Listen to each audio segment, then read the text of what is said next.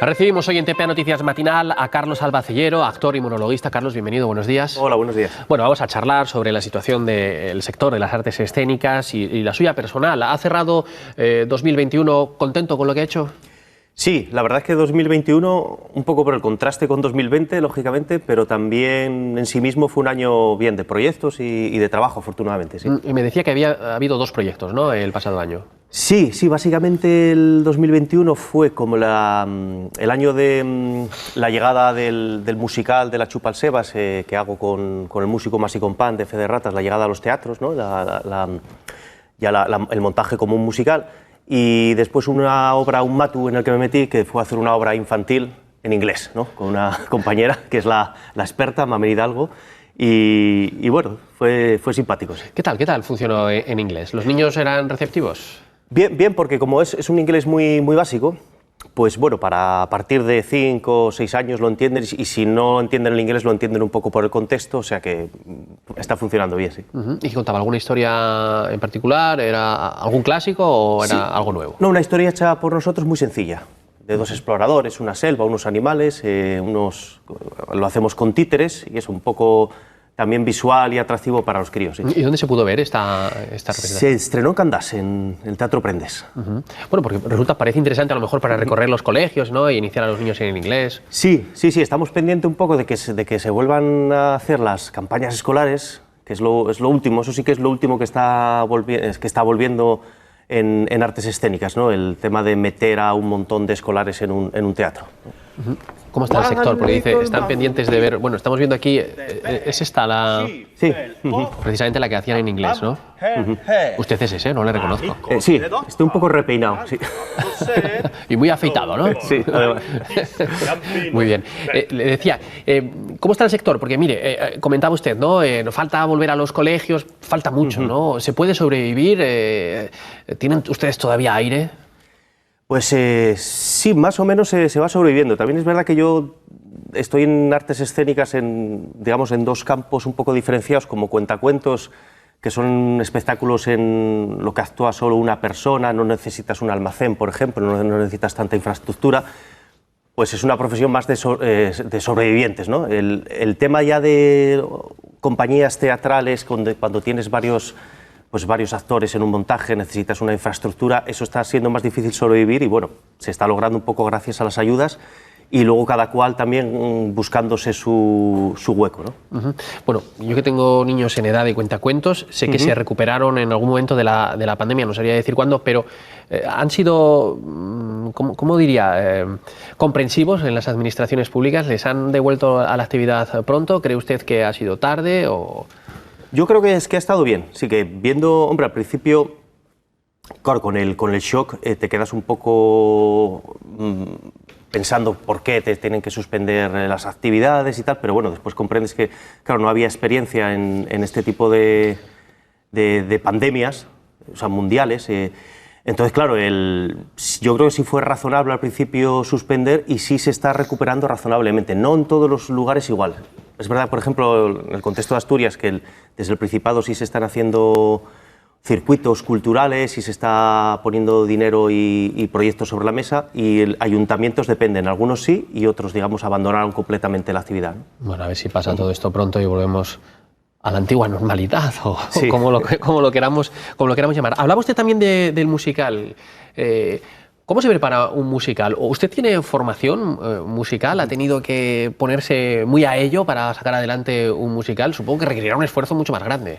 Sí, yo como tengo, de por mí, naturalmente, tengo cierta tendencia a desafinar, llevo formándome musicalmente casi toda la vida, ¿no? O sea, quiere decir que llevo como toda la vida, bueno, ya de vez en cuando... asumiendo las limitaciones de uno es más fácil. Exactamente. Claro. Como parto de ahí, pues de vez en cuando sé que tengo que, bueno, aprender algún instrumento, ir a algunas clases de canto, entonces para poder mantenerme en la línea, ¿no?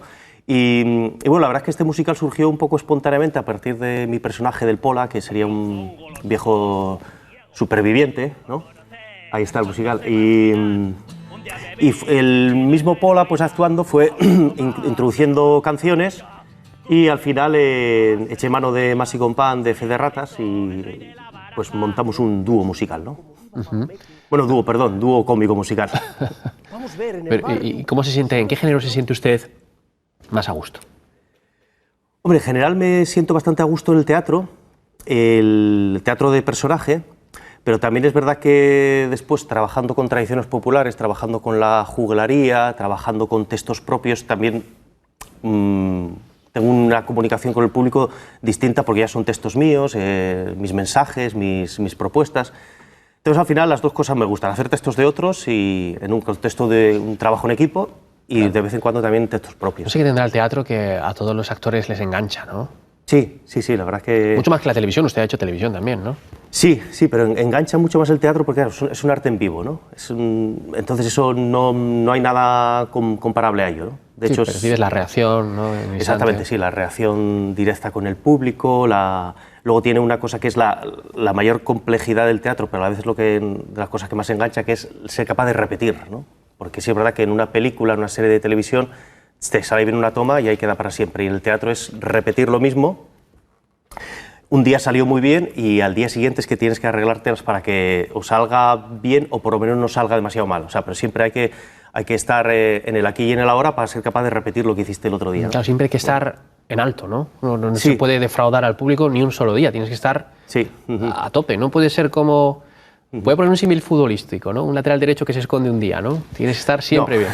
Eso quizá lo puedes hacer en una obra, en el contexto de una obra de más personajes, y tienes un papel un poco pequeño, pues bueno, puedes flojear. Pero cuando ya haces un papel más grande o trabajas en solitario, como el caso, por ejemplo, de los cuentacuentos, monologuistas, pues ahí tienes que estar al pie del cañón, sí. Decía usted también que le gusta lo que usted crea, ¿no? Porque le conecta quizás más con el público. Ahí entran los monólogos, quizás.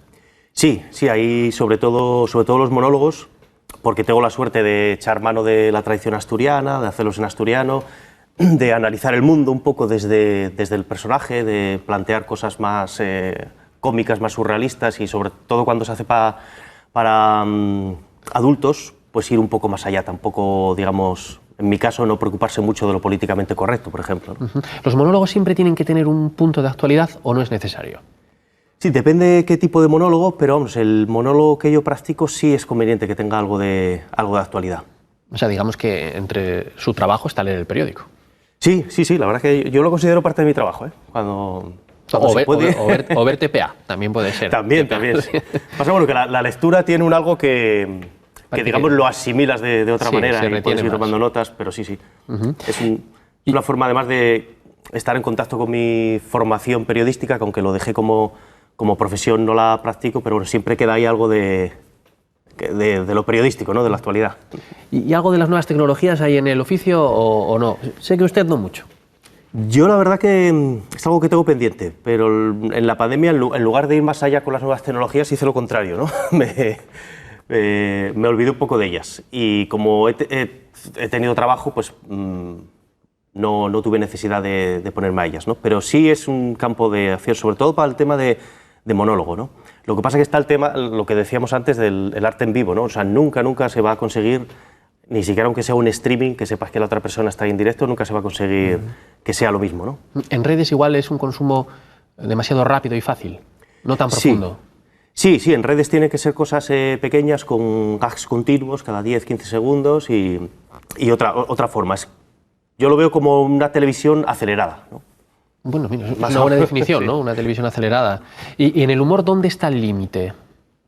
Pues yo creo que no debería haber límites, ¿no? Que tendría que haber humor bueno y humor malo, pero desde un punto de vista moral o político creo que no debería haber límites. El límite que marque en el momento el público, ¿no? El público y el monologuista, ¿no? ¿Pero no le parece que ahora la gente tiene la piel muy fina? Sí.